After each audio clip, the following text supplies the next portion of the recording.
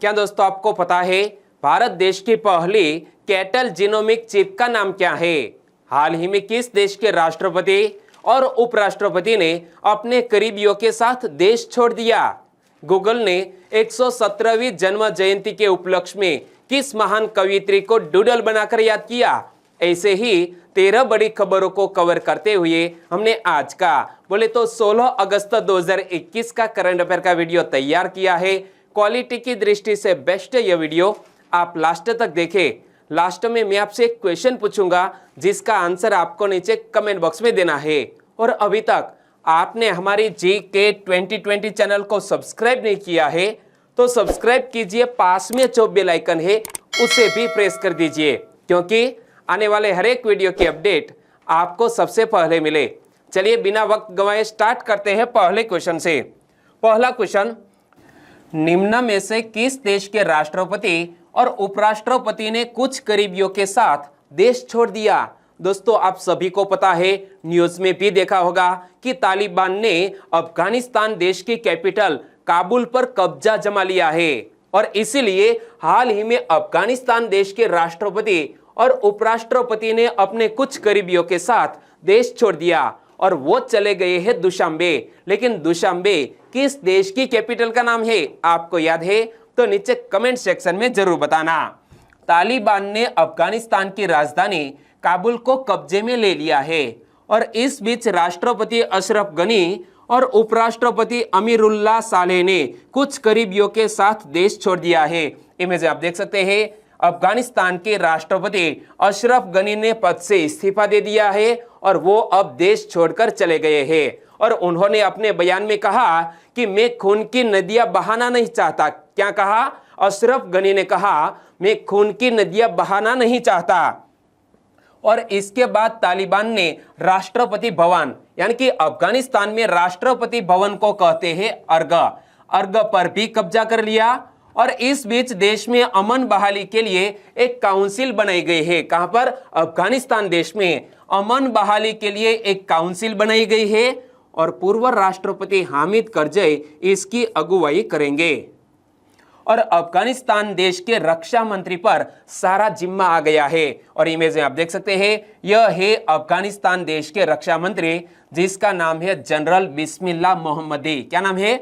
General बिस्मिल्लाह मोहम्मदी। उन्होंने social media पर अपना दर्द जाहिर किया। उन्होंने सोशल मीडिया पर लिखा कि उन्होंने हमारे हाथ पीछे बांधकर देश को बेच दिया। क्या कहा है अफगानिस्तान देश के रक्षा मंत्री ने? कि उन्होंने बिना नाम लिए उन्होंने कहा है कि उन्होंने हमारे हाथ पीछे बांधकर देश को बेच दिया और ऐसे अमीर लोगों को उनकी गैंग पर लानत है। और दोस्तों हम सबको पता है कि तालिबान की इस तरह की विजय पूरे विश्व के लिए एक सबक है और इसी तरह जो आतंकी सफल हुए तो देश का, विश्व का क्या होगा वो एक चिंतनीय विषय है। ओके, और इसी तरह हर क्वेश्चन से जुड़े इंपॉर्टेंट फैक्ट मैं आपके सामने रखता हूं। हमारा यह तरीका आपको अच्छा लगता है लाइक करना मत भूलिएगा। दूसरा क्वेश्चन है आपके स्क्रीन पर, गरुड़ के रूप में जाना जाने वाला ग्रेटर एडजुटेंट स्टार्क निम्न में से किस राज्य में पाया जाता है? इमेज आप देख सकते हैं, जिसे हम भगवान विष्णु का वाहन कहते हैं। यह गरुड़ किस राज्य में पाया जाता है? बिहार राज्य में पाया जाता है। यानी कि इस क्वेश्चन का सही आंसर है बिहार। लेकिन बिहार का यह गरुड़ पक्षी करंट अफेयर में क्यों आया?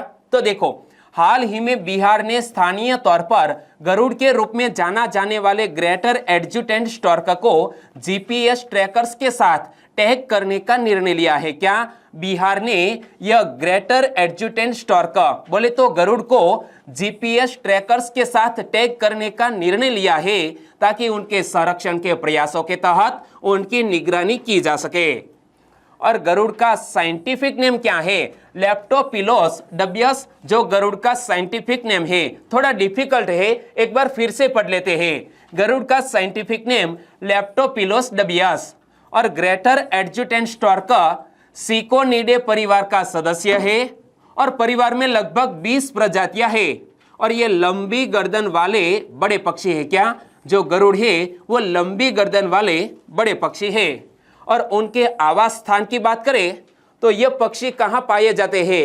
एक कंबोडिया और भारत, दो स्थानों पर यह पक्षी पाए जाते हैं। तो देखो, इसके केवल 3 ज्ञात प्रजनन स्थल है, एक कंबोडिया में और 2 भारत में। और भारत में किन किन राज्यों में यह गरुड़ पाए जाते हैं? तो बिहार और असम राज्य में पाए जाते हैं।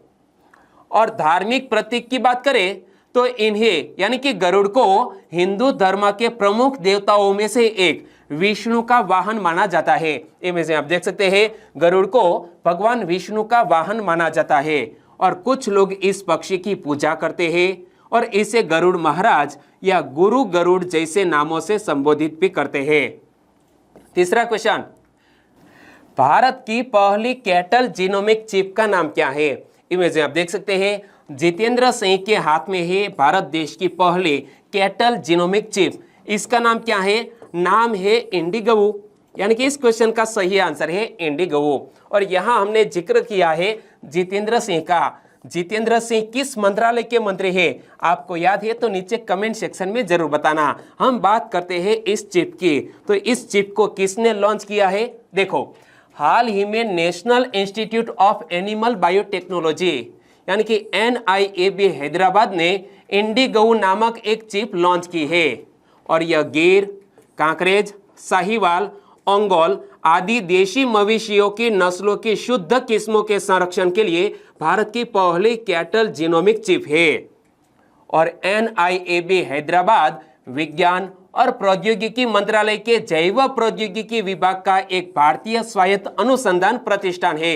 यदि एग्जामिनेशन में क्वेश्चन पूछ लिया जाए NIAB का पूर्ण स्वरूप क्या है तो हमें लिखना है national institute of animal biotechnologies. किस शहर में स्थित है?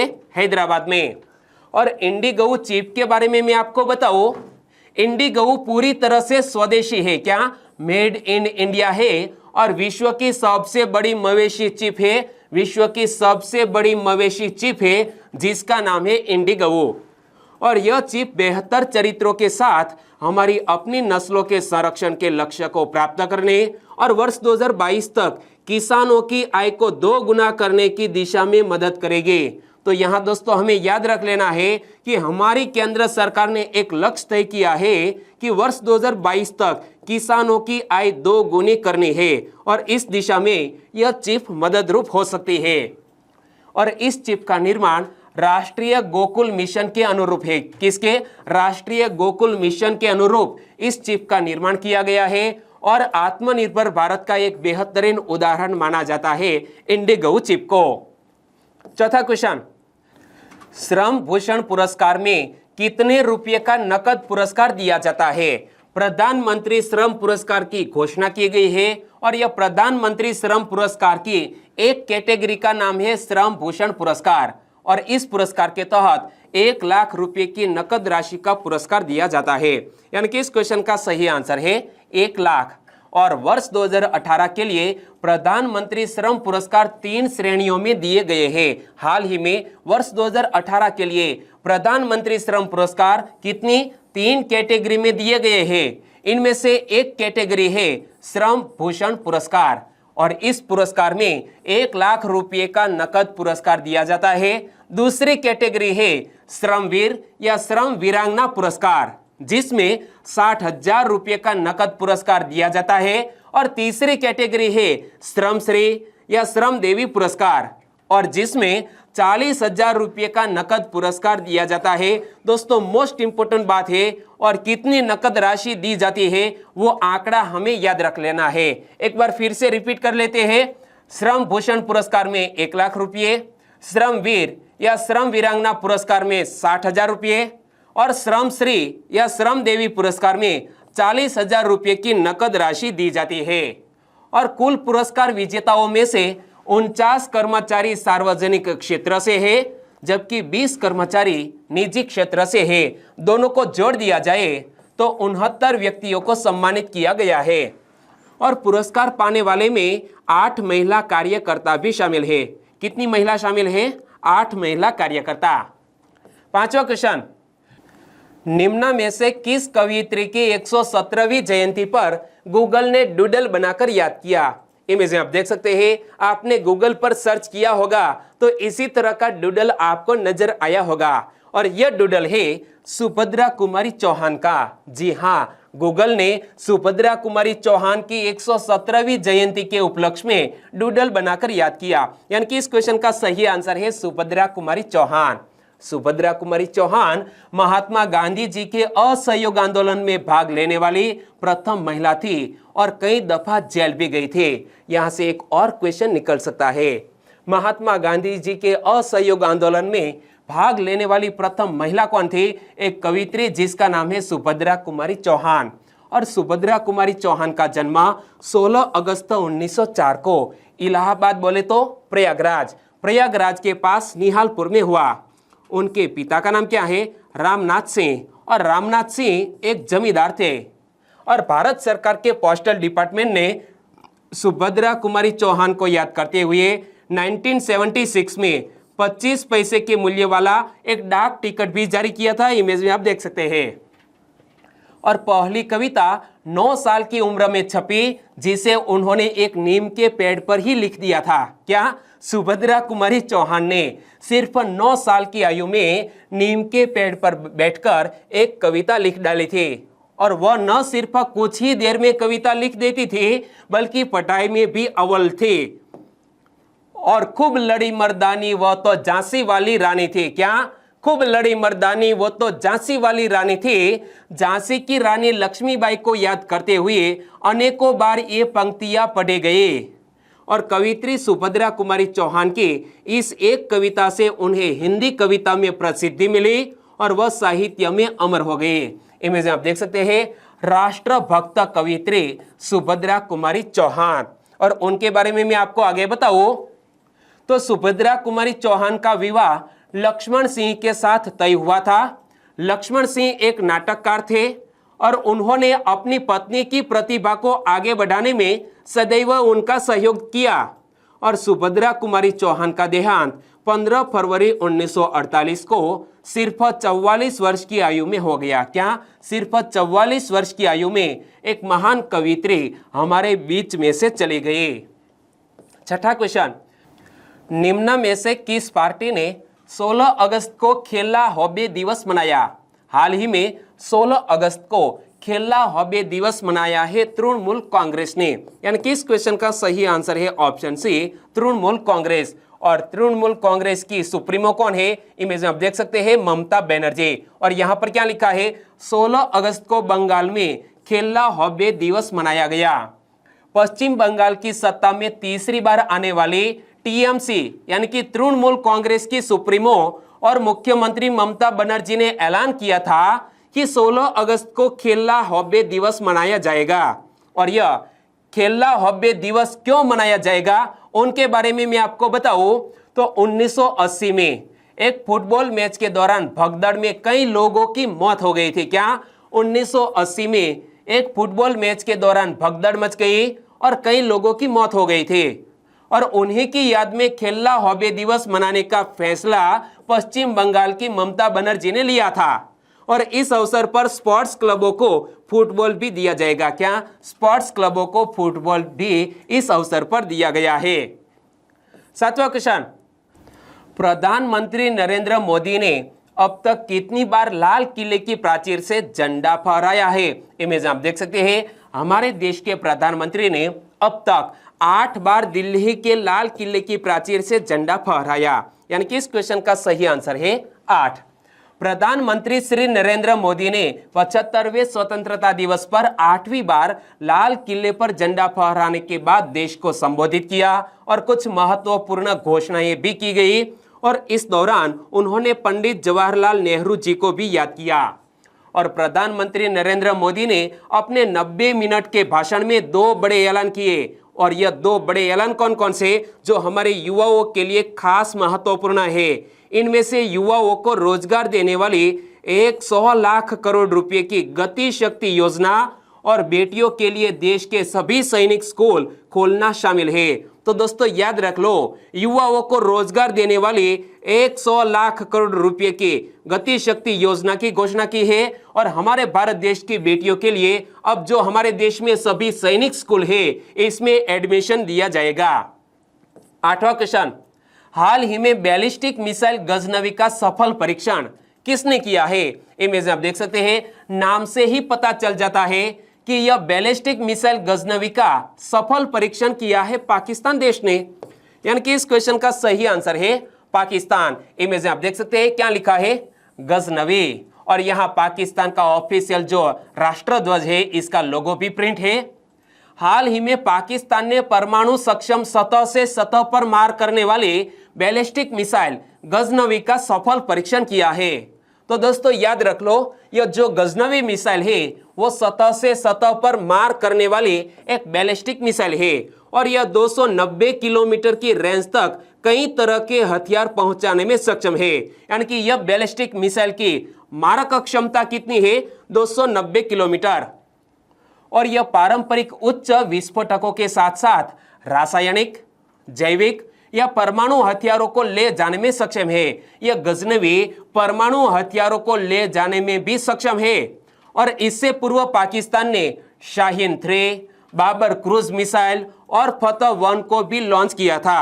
और हमारे भारत देश की बात करें तो भारत की कुछ बैलिस्टिक मिसाइल के नाम क्या है? अग्नि P मिसाइल, शौर्य मिसाइल, पृथ्वी मिसाइल, धनुष मिसाइल, यह भारत देश की बैलिस्टिक मिसाइल है। इमेज में आप देख सकते हैं। नवा क्वेश्चन, आगामी टोक्यो पैरालंपिक में कितने भारतीय पैरा खिलाड़ी भाग लेंगे? टोक्यो 2020 पैरालंपिक गेम्स स्टार्ट होने जा रहा है 24 अगस्त को। कब? 24 अगस्त को। और कब तक चलेगा? 5 सितंबर तक चलेगा। और यह पैरालंपिक गेम्स में हमारे भारत के 54 पैरा खिलाड़ी भाग लेंगे, यानी कि इस क्वेश्चन का सही आंसर है 54। आगामी टोक्यो पैरालंपिक में अब तक का सबसे बड़ा भारतीय दल भेजा जाएगा जिसमें 54 पैरा खिलाड़ी 9 खेल विषयों में भाग लेंगे। दोस्तों याद रख लो, इस साल हम सबसे बड़ा पैरालंपिक दल भेजने वाले हैं। 54 पैरा खिलाड़ी जाएंगे और 9 खेल विषयों में भाग लेंगे। और मरियप्पन थंगावेलु टोक्यो 2020 पैरालंपिक के उद्घाटन समारोह में भारत के ध्वजवाहक होंगे। तो यहां से भी क्वेश्चन निकल सकता है, टोक्यो 2020 पैरालंपिक में उद्घाटन समारोह में भारत के ध्वजवाहक कौन होंगे? तो नाम है मरियप्पन थंगावेलु। वो बहुत ही अच्छा हाई जंप लगाते हैं, पिछले पैरालंपिक में हमारे भारत देश को गोल्ड मेडल दिलाया था। और केंद्रीय युवा मामले और खेल मंत्री अनुराग सिंह ठाकुर द्वारा 54 सदस्यीय भारतीय टुकड़ियों को 12 अगस्त 2021 को औपचारिक और आभासी विदाई भी दी गई। और 2020 ग्रीष्मकालीन पैरालंपिक खेलों का आयोजन 24 अगस्त से 5 सितंबर 2021 तक कहां? जापान की कैपिटल टोक्यो में होना है। 10वां क्वेश्चन, महिला वर्ग में ICC player of the month चुनी गई स्टेफानी टेलर किस देश की क्रिकेटर है? दोस्तों आईसीसी के द्वारा प्रति मंथ में ICC player of the month की घोषणा की जाती है और इसमें एक पुरुष और एक महिला क्रिकेटर को पसंद किया जाता है।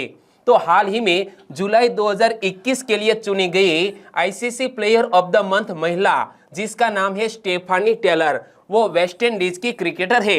यानी कि इस क्वेश्चन का सही आंसर है वेस्ट इंडीज। इमेज में आप देख सकते हैं, यह है Stephanie Taylor, ICC player of the month महिला कैटेगरी में चुनी गई है। और यह है ICC player of the month पुरुष कैटेगरी में चुने गए हैं। दोस्तों नाम याद आ गया? Very nice. तो देखो, बांग्लादेश के हरफन मौला यानी कि ऑलराउंडर खिलाड़ी शाकिब अल हसन और वेस्ट इंडीज की कप्तान स्टेफानी टेलर को जुलाई के लिए क्रमशः पुरुष और महिला वर्ग में ICC player of the month चुना गया है। तो याद रख लो, यह बांग्लादेश के एक ऑलराउंडर खिलाड़ी जिसका नाम है शाकिब अल हसन, वो जुलाई के लिए ICC player of the month चुने गए हैं। और यह है वेस्ट इंडीज की महिला क्रिकेट टीम की कप्तान, नाम है स्टेफानी टेलर, वो जुलाई 2021 के लिए महिला ICC player of the month चुनी गई है। और शाकिब अल हसन को वेस्ट इंडीज के हेडन वॉल्श जूनियर और ऑस्ट्रेलिया के मिशेल मार्श के साथ नामांकित किया गया था, लेकिन बाजी मार ली है शाकिब अल हसन ने। तो स्टेफानी टेलर को टीम के साथी हेली मैथ्यूज और पाकिस्तान की फातिमा सना के साथ पुरस्कार के लिए नामांकित किया गया था और बाजी मार ली है स्टेफिना टेलर ने। 11वां क्वेश्चन, डूरंड कप का संबंध निम्न में से किस खेल से है? डूरंड कप का संबंध फुटबॉल से है, यानी कि इस क्वेश्चन का सही आंसर है फुटबॉल। लेकिन डूरंड कप करंट अफेयर में क्यों आया? तो देखो, एशिया का सबसे पुराना और दुनिया का तीसरा सबसे पुराना फुटबॉल टूर्नामेंट डूरंड कप 1 साल के अंतराल के बाद वापसी करने के लिए पूरी तरह तैयार है। और डूरंड कप का 130वां संस्करण 5 सितंबर से 3 अक्टूबर 2021 के बीच कोलकाता और उसके आसपास आयोजित होने वाला है। और कोविड-19 महामारी के कारण पिछले सीजन में प्रतियोगिता रद्द कर दी गई थी। यहाँ से दोस्तों मोस्ट इंपोर्टेंट 3 क्वेश्चन निकल सकते हैं कि 2021 में डूरंड कप का कौन सा संस्करण आयोजित किया जाने वाला है? 130वां।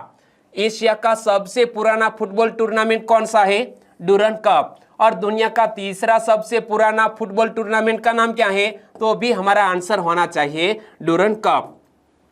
और डूरंड कप के इतिहास की बात करें तो यह प्रतिष्ठित टूर्नामेंट पहली बार 1888 में दक्षिणी हिमाचल प्रदेश में आयोजित किया गया था और इसका नाम मॉर्टिमर डूरंड के नाम पर रखा गया था, जो उस समय भारत के प्रभारी विदेश सचिव थे। कौन? Mortimer Durand. वो उस समय भारत के प्रभारी विदेश सचिव थे, उनके नाम पर यह डूरंड कप का नाम रखा गया है। और यहाँ पर ऑफिशियल लोगो भी देख सकते हैं। पहली बार कब खेला गया था? 1888 में। 12वां क्वेश्चन, निम्न में से कौन सेंट्रल एशियन फ्लाईवे पर स्थित है? दोस्तों, हाल ही में हमारे भारत देश के 2 राज्यों के 4 रामसर साइट को घोषित किया गया है। इनमें से एक रामसर साइट का नाम है थोल झील वन्य जीव अभ्यारण्य, जो सेंट्रल एशियन फ्लाईवे पर स्थित है।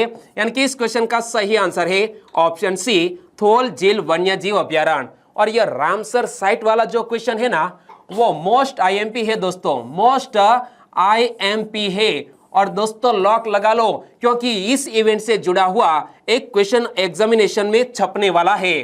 तो देखो, गुजरात में थोल झील वन्य जीव अभ्यारण्य सेंट्रल एशियन फ्लाईवे पर स्थित है और यहाँ पक्षियों की 320 से अधिक प्रजातियां पाई जा सकती है। और गुजरात में वाधवाना आर्द्र भूमि पक्षी जीवन के लिए अंतरराष्ट्रीय स्तर पर महत्वपूर्ण है, क्योंकि प्रवासी जल पक्षी सर्दियों में यहाँ आते हैं। तो याद रख लो, गुजरात में वाधवाना आर्द्र भूमि, इसे भी रामसर साइट के रूप में घोषित किया गया है। और इन पक्षियों में 80 से अधिक ऐसी प्रजातियां शामिल है जो मध्य एशिया फ्लाईवे पर प्रवास करती है। और 2 हरियाणा के स्थल, इनमें से एक है भिंडावास वन्यजीव अभ्यारण्य। क्या? भिंडावास वन्यजीव अभ्यारण्य यह मानव निर्मित ताजा जल आर्द्र भूमि है और यह हरियाणा में सबसे बड़ी आर्द्र भूमि, यह भी याद रख लो, हरियाणा की सबसे बड़ी आर्द्र भूमि है भिंडावास वन्यजीव अभ्यारण्य और यह मानव निर्मित ताजा जल आर्द्र भूमि है। और हरियाणा स्थित सुल्तानपुर राष्ट्रीय उद्यान, यहां पर पढ़ सकते हैं Sultanpur national park important local birds. क्या? लोकल बर्ड्स के लिए यह इंपोर्टेंट है सुल्तानपुर नेशनल पार्क। तो सुल्तानपुर राष्ट्रीय उद्यान उसके मूल पक्षियों, शीतकालीन प्रवासियों और स्थानीय प्रवासी जल पक्षियों की 220 से अधिक प्रजातियों के लिए उनके जीवन चक्र के महत्वपूर्ण चरणों में अनुकूल है सुल्तानपुर राष्ट्रीय उद्यान। यह हो गई 4 रामसर साइट। लेकिन यहाँ रामसर की बात आई। रामसर संधि आर्द्र भूमि के संरक्षण और समझदारी से उपयोग के लिए एक अंतरराष्ट्रीय संधि है। इसका नाम कैस्पियन सागर पर स्थित ईरानी शहर रामसर के नाम पर रखा गया है, जहां 2 फरवरी 1971 को संधि पर हस्ताक्षर किए गए थे। आप मैप में देखिए, यह है कास्पियन सी और कास्पियन सी में यहाँ पर है यह ईरान। और ईरान में दोस्तों यह जो रामसर है, रामसर शहर के नाम पर इसका नाम रखा गया है। और यहाँ पर 2 फरवरी 1971 को एक संधि पर सभी देशों ने हस्ताक्षर किए थे। 13वां और लास्ट क्वेश्चन, 15 अगस्त को निम्न में से किस महान दार्शनिक की जन्म जयंती मनाई गई? 15 अगस्त को महर्षि अरबिंदो घोष की जन्म जयंती मनाई गई। यानी कि इस क्वेश्चन का सही आंसर है महर्षि अरबिंदो घोष। इमेज में आप देख सकते हैं, अरबिंदो घोष का जन्म बंगाल के कोलकाता में एक संपन्न परिवार में 15 अगस्त 1872 को हुआ था। और वे एक कवि, दार्शनिक, स्वतंत्रता सेनानी थे। और अरबिंदो घोष ने बंगाल में क्रांतिकारी दल का संगठन किया और उसका प्रचार और प्रसार करने को अनेक शाखाएं खुली और वे स्वयं उसके प्रधान संचालक भी बने रहे अरबिंदो घोष। और खुदीराम बोस और कन्हैयालाल दत्त उनके संगठन के ही क्रांतिकारी थे। और अरविंदो घोष ने सन 1907 में राष्ट्रीयता के साथ भारत को भारत माता के रूप में वर्णित और प्रतिष्ठित किया। क्या भारत देश को भारत माता के रूप में वर्णित और प्रतिष्ठित किया था अरविंदो घोष ने। आपने बहुत सी ऐसी इमेजें देखी होगी। और उन्होंने पौंडीचेरी में एक आश्रम की स्थापना की थी। यह दोस्तों याद रख लो कि पौंडीचेरी में किसका आश्रम है। पौंडीचेरी बोले तो पुद्दुचेरी, पुद्दुचेरी में अरविंदो घोष का आश्रम है। इमेज में आप देख सकते हैं। और अब बात करते हैं लास्ट वीडियो के क्वेश्चन की। लास्ट वीडियो में मैंने आपसे क्वेश्चन पूछा था, शहरी क्षेत्र में वन संसाधन अधिकारों को मान्यता देने वाला देश का पहला राज्य कौन बना। शहरी क्षेत्र में वन संसाधन अधिकारों को मान्यता देने वाला देश का पहला राज्य बन गया है छत्तीसगढ़। यानी कि इस क्वेश्चन का सही आंसर था छत्तीसगढ़। लगभग सभी दोस्तों ने बिल्कुल सही जिक्र किया है। इनमें से कुछ फ्रेंड के नाम लेना चाहूंगा तो वो है मनोज भाभोर, सेनवा संजय, उत्तम ओगानिया फ्रॉम सुरेंद्रनगर से, अनिल धेड्डा रॉक, राठौड़ अंजलि, ड्रीम वर्दी। आपका आंसर बिल्कुल सही है और हमने आपका कमेंट पढ़ा। और यहाँ हम रैंडमली तरीके से कुछ ही फ्रेंड के नाम ले सकते हैं, इसलिए आपका भी नंबर आएगा, लेकिन कमेंट लिखना बंद मत कीजिएगा। ओके। और शैलेश आसल और वीरभद्र परमार, इन सभी दोस्तों ने बिल्कुल सही आंसर दिया है। Thank you so much. और आज के वीडियो का क्वेश्चन ये रहा स्क्रीन पर, देश का पहला ऐसा मंदिर कौन बना जहां की लड्डू प्रसादी को 5 स्टार हाइजीन रेटिंग मिली है। क्या हमारे भारत देश का ऐसा पहला मंदिर कौन बना जहां की लड्डू प्रसादी को 5 स्टार हाइजीन रेटिंग मिली है। सही ऑप्शन चुन लिया है तो आंसर दीजिए नीचे कमेंट बॉक्स में। और वीडियो वाकई में आपको अच्छा लगा है, हेल्पफुल लगा है, तो आपके दोस्तों को फेसबुक, व्हाट्सएप या टेलीग्राम के जरिए इस वीडियो के लिंक शेयर करना मत भूलिएगा। बस छोटी सी उम्मीद के साथ वीडियो खत्म करते हैं, फिर मिलेंगे नई करंट अफेयर वीडियो के साथ अर्ली मॉर्निंग 4 बजे कल से। Okay, bye bye.